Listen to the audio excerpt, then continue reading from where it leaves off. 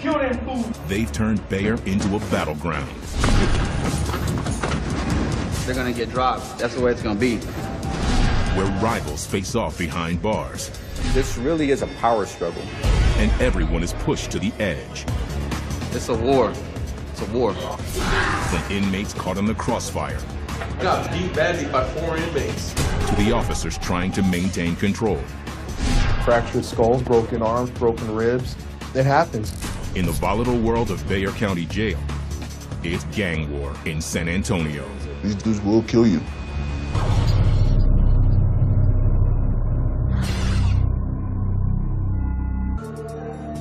But the past decade has seen the rise of a splintered group behind bars. The gang known as the Tango Orajon. These inmates used to do the dirty work for the Mexican mafia.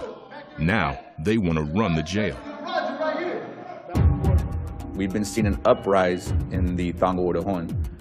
Currently in this jail, we have over 700 confirmed members of the Tango Orajon, but they're recruiting on a daily basis. By this time next year, we could be well into the thousands.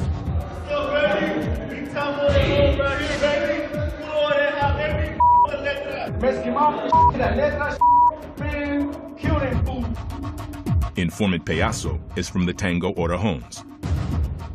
He started as a foot soldier in the Mexican mafia's highly regimented army. I got locked up when I was 16 for aggravated assault. I ended up joining the Tango Orajon. We used to be under the Mexican mafia. They had us doing their dirty work. You know, whatever they wanted us to do, we would do.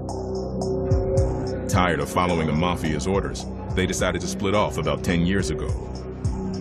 That's when we split up. We went to war with them, and we stood strong and finally broke off. More and more of the Orajons are young and aggressive, answering to no authority at all, which makes them even more dangerous.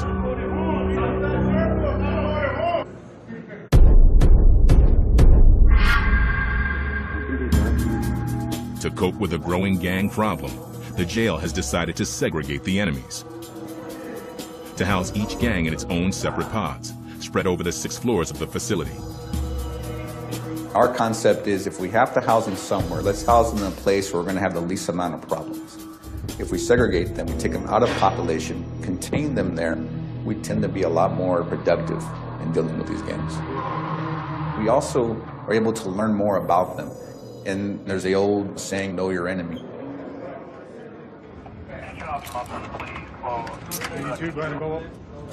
But it's not always easy to figure out where new arrivals belong, especially guys like Jose Angel Santos. He's a Tango Orajon who wants out of gang life completely. I'm an ex-member. I just came to realize that I didn't want any part of it. I didn't want to make this a lifestyle, so I just decided to get out of it. I saw a lot of foul things happen. I had my share of riots, and I did what I had to do to get by. To get out of the Orajons, you have to subject yourself to at least one beating. I'd say beating from 2 to 3 individuals for a period of 2 to 5 minutes, depending on the person in charge at the moment. But in Jose's case, the beatings have never stopped. On several occasions, I got jumped. On others, you know, I had just fought one-on-one. They wouldn't leave me alone because I was an ex-member. A 5-time offender recently arrested on drug charges. Jose is depressed to find himself back in intake. It's been hard. It's been a hard year. It was just so much coming at me. I didn't know how to act. Jose's trying to pull himself together, but he's worried. Will he be attacked again?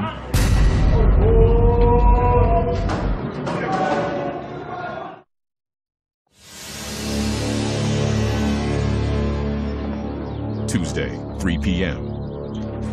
A code 2 is called. Officer in need of assistance. A fight between inmates in one of the Orajon units.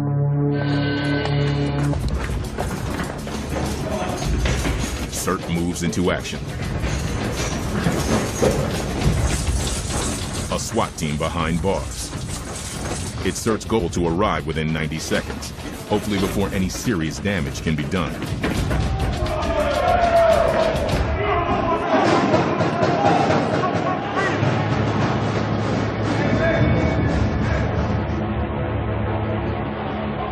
Three Orejons have jumped one of their own over a perceived slight. According to the officers, when Orejons feel disrespected, they respond with violence.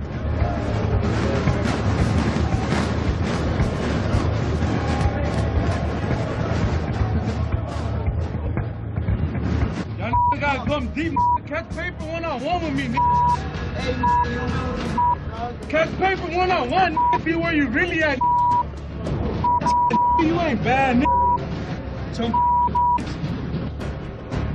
Sergeant Avila is in charge of this SRT unit. He knows how tough this jail can be. You know, this is the most violent place you can work. I've been stabbed in the head before, you know, thank God I had a helmet on. You don't know if the first guy is going to start stabbing you as opposed to getting on the ground. So is adrenaline involved? Most definitely. That and fear, it's there. You just have to control it. A 10-year veteran, Avila understands the importance of an organized response when chaos breaks out. The CERT team was developed and created in order to be able to respond, organized, trained, prepared. When an inmate blockades his door, SRT can handle tricky cell extractions like this because they're ready to come down hard if they need to. If extracting an inmate gets violent, and so be it. He should have done what he was told, and that wouldn't have happened.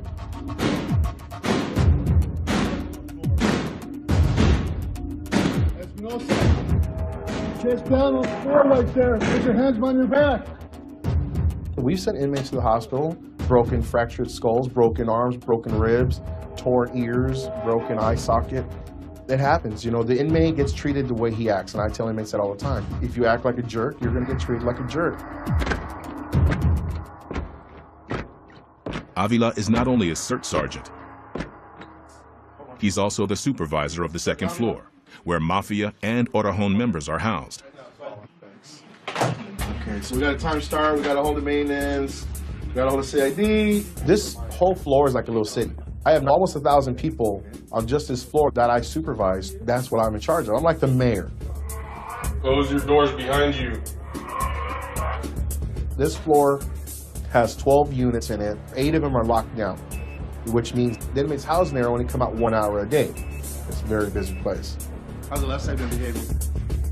The biggest issue for Avila on the second floor? The Tango Orejon. Unlike the Mexican Mafia, they follow no rules. You know, we have several gangs in this jail, lots of gang members, but the Tango Orejons are the ones that are causing us the most grief right now. They have no laws, they have no rules, they don't abide by anything. You know, these are just people who have banded together for protection, so they say. They've actually become the aggressors now. Represent that 15! That keep there!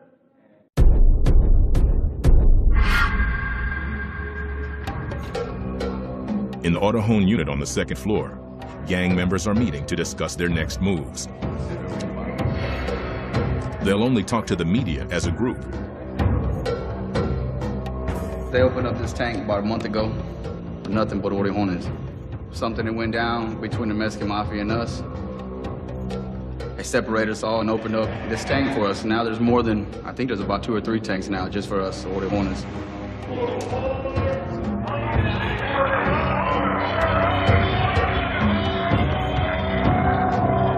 They say the Tango Orejon does everything by consensus.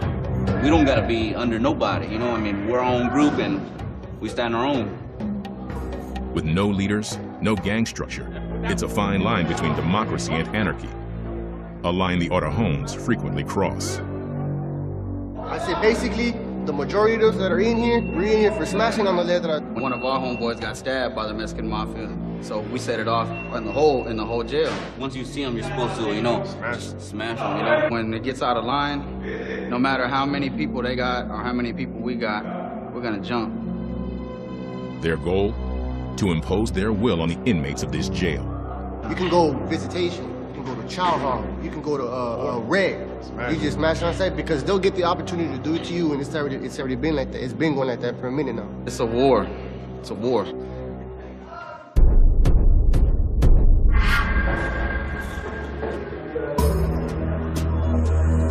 On the other side of the facility, Rodriguez is talking with two longtime members of the Mexican Mafia, Mike and Alfonso. He's into real estate and stuff like that. They say they've decided to leave the gang for good, to leave their bloody past behind. Bars too. So I'm assuming he's with the cartels then? Yeah. There's a guy named, they call it Chon. Mike and Alfonso have learned over the years that the Mexican Mafia is highly structured. You Bettis his nephew? Yeah. Now he's supposedly the one in charge over here? Yeah. He's not a puppet. He was the sergeant of population. Unlike the unruly Ortejon, the Mafia is a kind of criminal corporation, doing business in drugs, extortion, and murder. It's all about following orders. If they call me at 3 in the morning, I'm gonna have to get up and go, no questions asked. You got people coming out every day, going in, coming out day in and day out of the Texas Department of Corrections, you know, with contract hits, with orders, with all kinds of things that need to be done. Extortion, drugs, murder for hire, all that. We'd pick up anywhere from $5 to $20 to $30 to $40,000 a week. You know, nice cars, nice this, nice that. I've had the Rolex watches, the nice chains. I mean, $1,000 in my pocket 7 days a week. You know, I could spend $1,000 a day, not think twice, you know. I mean, can you imagine somebody... But the perks come at a price. They have to carry out the green lights, the killings, each and every time they're ordered to. I mean, people out there in the world, they can't grasp. They don't understand how can this guy go kill this guy or stab this guy or beat up this guy just because the next guy told him to. I buried so many of my bros. The guy at the funeral home knew me on a first-name basis. So then one day, my uncle dies. And the guy tells me, he goes, oh no, man. He goes, I'm gonna give you a discount because you brought me so much business. And it was like, a lot of people were killed. You know, I thought in the back of my mind, you know. Yeah, funeral party to tell you brought me a lot of business. You know, and it was like, and I was like, it was one of those awe moments. Like he goes, oh no, man. He goes, I'm gonna charge you 50% on the coffin, and I'm gonna, you know, the flowers are gonna be free. You know, the spray that we're gonna throw over the coffin is gonna be free. And I'm thinking, man, have I been to this place that many times? Mike and Alfonso soured on the Mexican Mafia when they saw their friends get killed. You don't have to do nothing wrong, man. When it comes down to it, you become a liability. Why? Because you know too much. So what they'll do to cover their asses, they'll eliminate you. If you go back into history, 99% of the victims of the Mexican Mafia have been their own members. You can leave the Tango Ortejon, but there is no way out of the Mexican Mafia, except in a body bag. In the patch of the Mexican Mafia, they have a two-headed serpent, and that's called blood in, blood out. One way in or way out. You know, you have to commit an act to get in, and if you want out, you're going to be murdered. Mike and Alfonso do want out, and they know the risks. They've been moved into a special unit designed to protect ex-Mafia members. But they know they're not truly safe. You're gonna have to live the rest of your life with somebody trying to kill you. Now all they can do is look over their shoulders.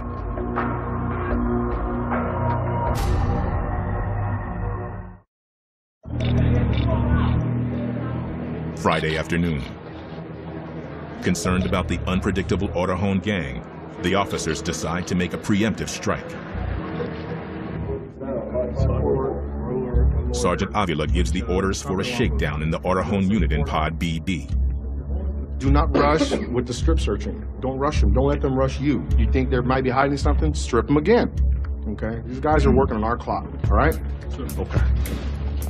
Try not to let the keys rattle too much. We don't want them to know that we're coming in.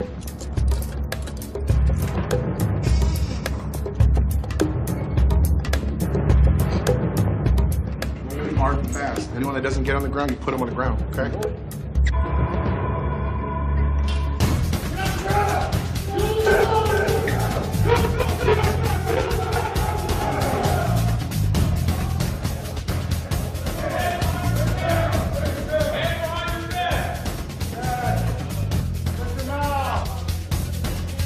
All right, 6 and 6. Yes. Yes, they're coming downstairs. Just 6 cells, so we got to double them up the cells.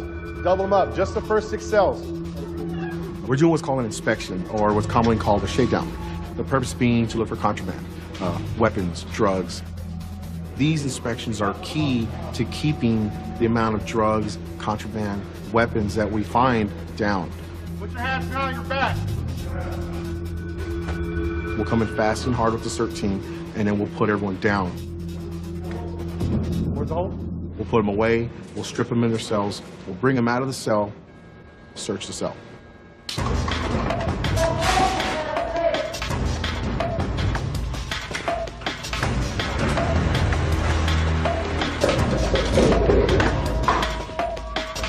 The CERT team turns the pod upside down. When we do a cell inside, it's a mess, but we're in a purpose. We're looking for something, and we get the job done. I don't care what he says, put him in handcuffs.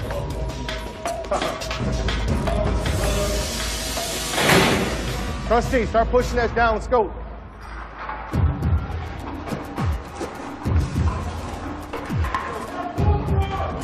These shakedowns are very important. It's how we find drugs, weapons, escape plans. We had a plan last year. Several inmates had gotten together with an officer, and they had picked up saw blades, and they started cutting through the wrecked roof, and were gonna escape. We found clothing that they had dyed. We found the blades that they used. They were gonna go that night. And we were able to foil all that before it happened because of shakedown.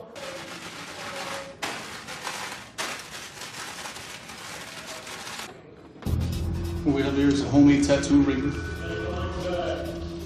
It's pretty simple, but it's effective. They usually conceal it on the ramen noodles or whatnot. You know, the inmates do get creative and probably can lead them into disciplinary actions. Found it on the ramen noodle bag. I was crushing it up. It's got the bulk in it. What happened is... Today we found some tattoo rigs, which is what they commonly use to tattoo themselves here in the jail. Jailhouse tats are really important. You know, this is how these guys identify each other.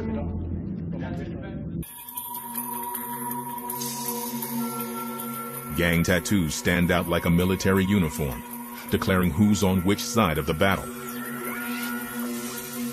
The wrong ones will get you killed. In the Autojones, it's often a 210 or a spur, the symbols of San Antonio's area code or its pro basketball team. The Mafia here prefer Aztec gods, two-headed snakes, and of course, the letters of Las Letras. It stands for the letter M in Spanish. Instead of saying Mexican Mafia, people would say, I'm M.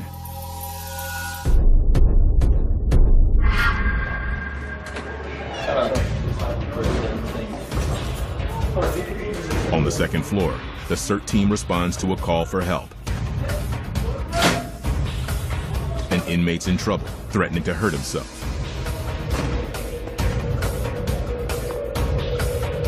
It's Jose Angel Santos, ex-Autojones gang member.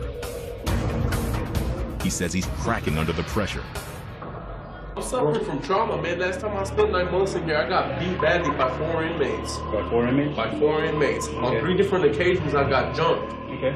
I witnessed somebody hang herself on Christmas. Right. I was traumatized by that, maybe because I was one of the last persons that spoke to that guy before he did that. Okay. Then I happened to witness him. As Jose opens up, the officers discover that just before they got there, he tried to hang himself. Something's building up inside you and you're freaking out?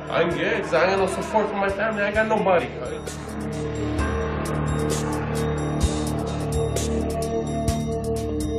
For Sergeant Avila, there are no easy answers here. He wants to understand if Jose's tried to kill himself before. You ever tried to commit suicide in the past? How? In my wrist. What'd you cut yourself with? Sir? What did you cut yourself with? A piece of glass? What was the reason for that incident? Why were you feeling suicidal that time? My sister had passed away. Okay. Well, so you're gonna go down, you're gonna speak with mental health, tell them what you told me, let them know, and then we'll go from there, okay? Yes, sir. All right, just walk them down there. I've been going through a lot of anxiety, depression. My last stay here, I stayed here about 8.5 months. I witnessed a lot of stuff. I had gotten jumped twice. And on the third time, it was 4 guys. They stomped my head into the ground. I got scars here on my arm from the tennis shoes, the friction. They had kicked me and stuff like this. And I was kind of traumatized by that. They put me in a one-man cell, started hearing voices, couldn't cope with it. So I did attempt suicide.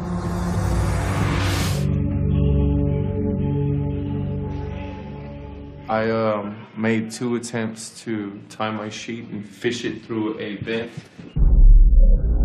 I actually had gotten up here, stepped on this, and with the pin, I actually kind of like made a hook, tied real thin, and fished it through.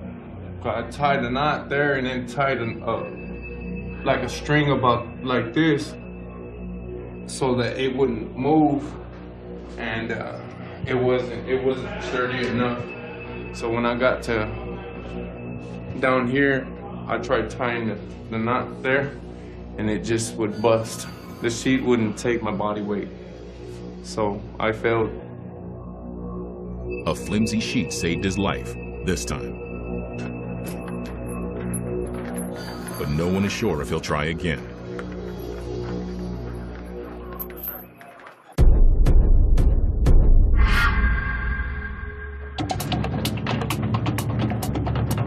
Officer Rodriguez checks in on the unit of former Mexican Mafia members where Mike and Alfonso are housed.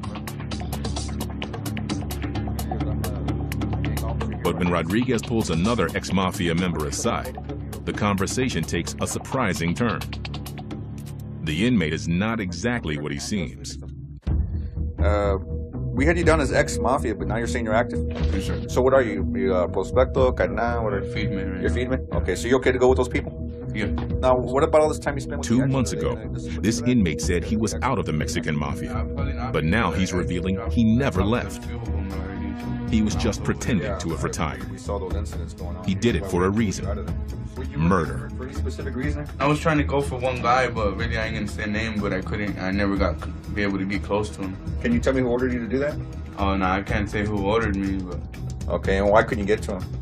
Because there was no chances, you know. I was trying to get close to him, but getting moved out of groups, but I never... You never could do it, huh? Never can so do you it. just finally... He was on orders from the Mafia to work his way inside the ex-members pod and kill one of them. It could be Mike or Alfonso. He won't reveal his target. They told me to do it, but like if I wanted to, and I jumped up on it. But I thought you can't do that in county jail. I thought you can't clean up in county jail like that. No, you could.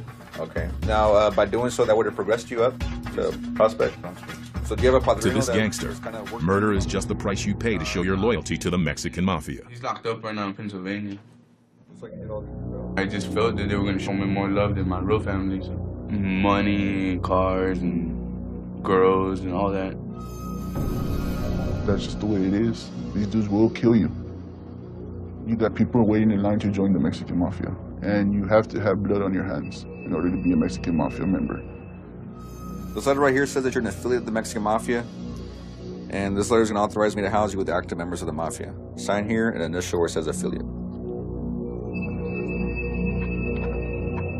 After failing to commit the hit, this gangbanger wants to go back to his friends in the active Mexican Mafia unit.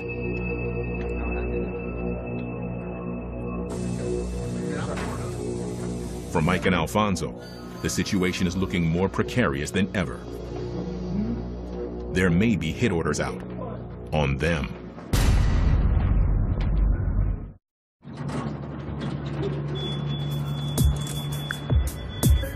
"9 a.m. Friday. Avila's CERT team gets a call. Inmates are acting out.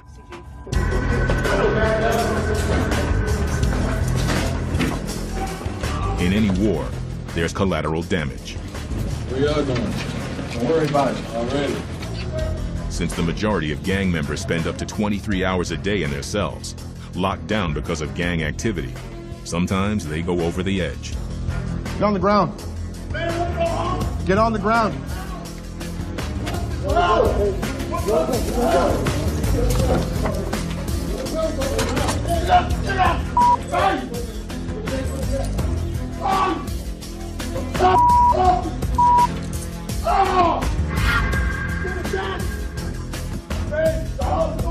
Routinely, CERT is called in to handle inmates who have lost control. These eruptions can be dangerous.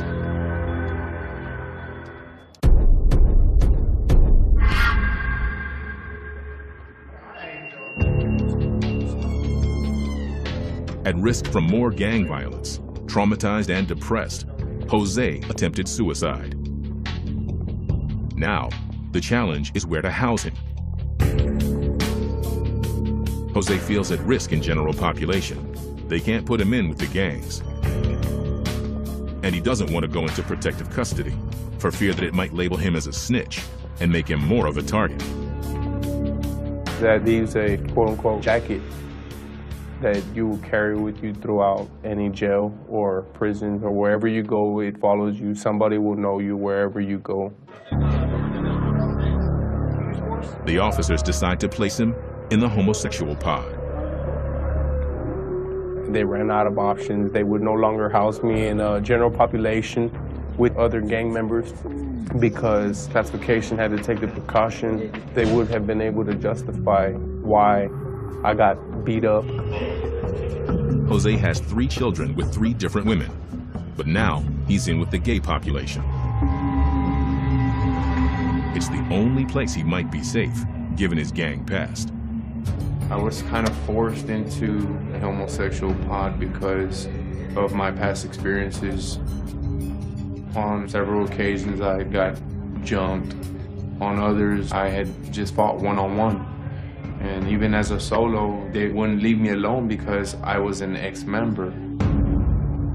So Jose is left in his new unit, unsure just what will happen next.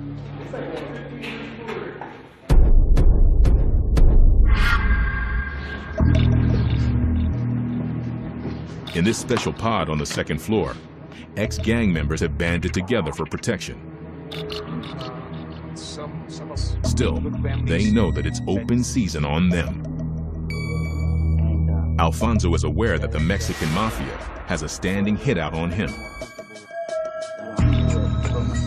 What he didn't know when he came to this unit was that his own cellie was supposed to murder him. I was ordered to kill this guy 2 times. I refused to do it. And I told him, look, man, look what these guys are trying to do to you. You know, and you know, they were trying to say that he was a snitch, that he was cooperating. I owe him my life. You know, he saved my life. One day I was ordered at a meeting that I was supposed to kill this guy because supposedly he was an informant. But later I found out that it wasn't true. What it was is the main guy was just trying to clear his, save his. He wasn't sure, he didn't want to take no chances, so he said, you know what? Better safe now than sorry later. So, you know, kill this guy. By this time I had already lost faith, and I said, you know what? The hell with you guys. And I was contacted again, hey man, no, we want you back. All you gotta do is kill your cellie. The reason I'm not so shocked is because, you know, what he's talking about, I've already lived it. You know, and you know, I've seen it done, and I've seen people experience that. So, you know, I mean, some of my best friends were killed, you know, and it's sad to say that, you know, I mean, can you imagine going to a bar or to a sporting event or eating dinner with his family, Christmas, New Year's, and the next day, you know, hey, you gotta kill this dude, or this dude's murdered. Go bury him. To have to be involved in one of a close friend of yours' murder, hey man, it's gonna affect you, dude. It's gonna affect you. When anyone can turn on you at any moment, Mike and Alfonso can't be sure where the danger will be coming from next.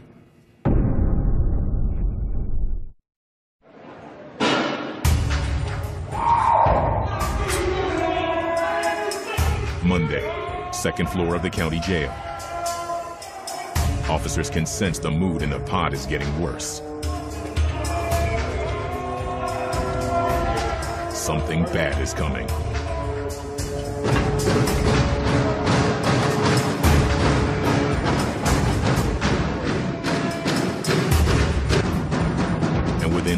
few hours, the violence that's been building finally erupts.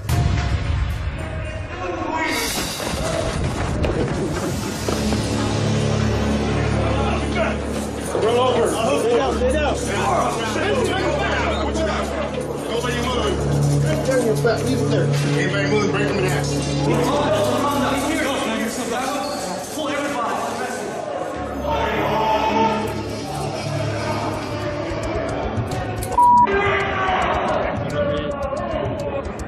Fresh blood on the floor tells the story. An inmate has been brutally beaten.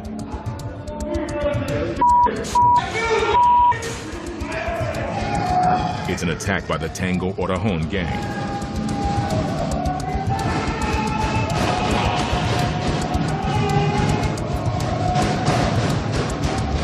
We had a group of 9 or 10 inmates, Tango Orajones, and allegedly there was one member that was either suspected or confirmed to be Mexican Mafia. And some kind of order went through, a green light, to assault him. So as soon as they came out under 1 hour of day room time, the victim, he was assaulted.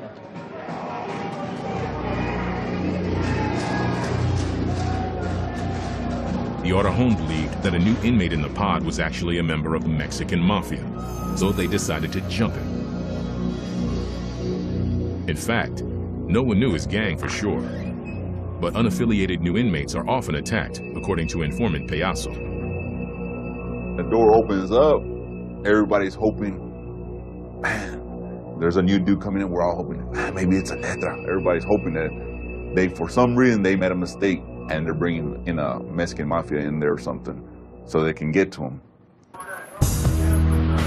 The victim is sent off to the hospital, and the ringleaders are moved to the intensive supervision wing for a spell of solitary confinement.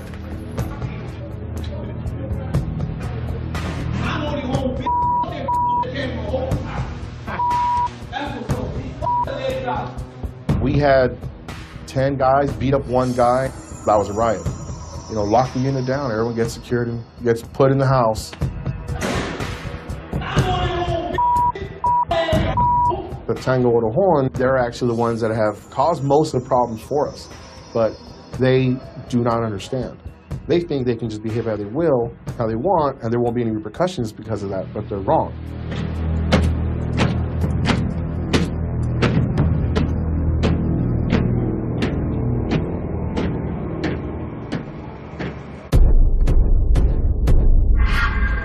Oh man, well, those dudes messed up, man. They just got caught For the up. ex-Mexican Mafia members, the incident is bloody confirmation of what they already knew. 1600s, 1700s. This type of lifestyle, it's a train wreck waiting to happen. In this life, there's only 2 roads you can wind up in, and that's in prison for life or dead. You would tell us. But for ex-members, there's an irony that cuts even more deeply. They joined a gang for brotherhood, but in the end, it's these same brothers that are coming after them. I sacrificed my life for those guys, What they wanted done, I did it. And at the end, I got crossed out. My own carnales crossed me out. And now I'm here fighting for my life. You'd be surprised, the things that people are killed for. It's petty, man. Say we're mafia members. Say he's in charge. And say he tells this guy and me, hey, I want you to kill this guy. So we go kill him. You know what's gonna happen to me? He's gonna have to cover his so I'm gonna be killed. Then they're gonna take you for that gangster ride. And what I mean by gangster ride, they're gonna tell you, hey, let's go get a couple of beers. 2 or 3 homeboys are gonna get in the car. You're gonna be sitting in the front seat. Next thing you know, you got a bullet hole in the back of your head. It's real, man. It's real. It's real. It's real nasty as far as getting sent home in the box. It's the real thing.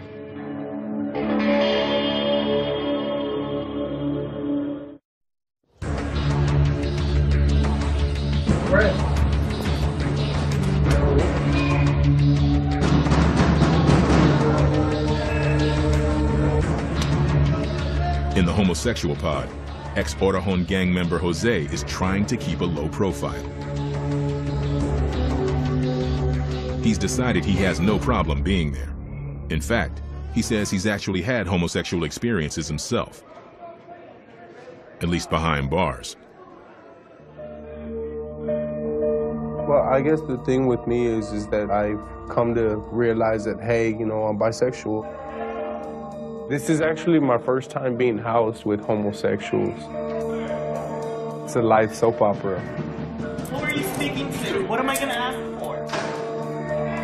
All the screaming, the hollering. They always saying some off-the-wall type stuff. Jose's due to go to court soon to find out his sentence. At this point, I don't even know where I stand right now as far as in what direction I want to go. I've been in and out of jails, I've been through rehabs, halfway homes, whatnot, inpatient, outpatient programs. People think in their eyes that this is the best place for me. As for what comes next, Jose has no idea. He's still too unnerved to figure out what the future holds. At this point, I'm not really thinking about the future. I take it one day at a time. I've never set any long-term goals. Things don't go according to plan. That's why it's not good to plan ahead, you see what I'm saying?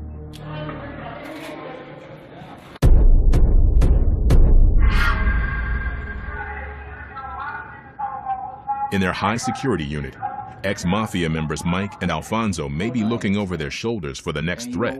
It was like a sack of potatoes. But in many ways, they're making a new start. Man, the day I became an ex-gang member, I knew I didn't have to answer to nobody. I didn't have to carry myself in. I was my own man, dude. I didn't have to. It was like a like he said, a sack of potatoes off your shoulders. I feel like it's over with. It was like if I was a new man, dude. It's like, I mean, it's like you're drowning and you come up for air. You know, all those years, you know, carrying a gun, a 45 in my waistband, selling large amounts of cocaine, of heroin, having $2,000 in my pocket, the women, the clubs, all that was foolishness. It was foolishness. And now I felt like my own man. I'm a real man, dude. He's the first real friend that I've ever made in life. You know, because I can actually say that I can trust him with my life, and he can trust me with his. But inside Bayer, for every inmate that leaves the gangs, several more are joining. And the Tango Orajones show no sign of slowing down. It's just going so fast, you know. I mean, the youngsters, they're coming and just going wild. We're showing them we can be our own, you know, and if it takes to go, you know, smash with them or go to war with them, that's what it's gonna be. It's been war. Whenever they got a chance, they're gonna smash on us. When we get a chance, we're gonna smash on them.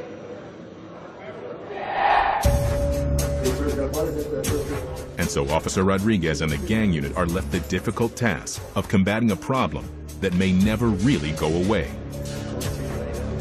Bexar County will do everything they can to deter gangs, but we also understand that we cannot completely stop them. Many of these gang members, their fathers are part of the gang, their brothers are part of the gang, so for them, this is really a part of their life. So when they say it's never going to end, unfortunately, they probably are correct. Ain't nothing gonna stop it. It's like a cancer. It just grows and grows and grows. You know, you can cut it out little bits and pieces at a time by doing roundups and all kinds of stuff. But you know what? It ain't never gonna stop.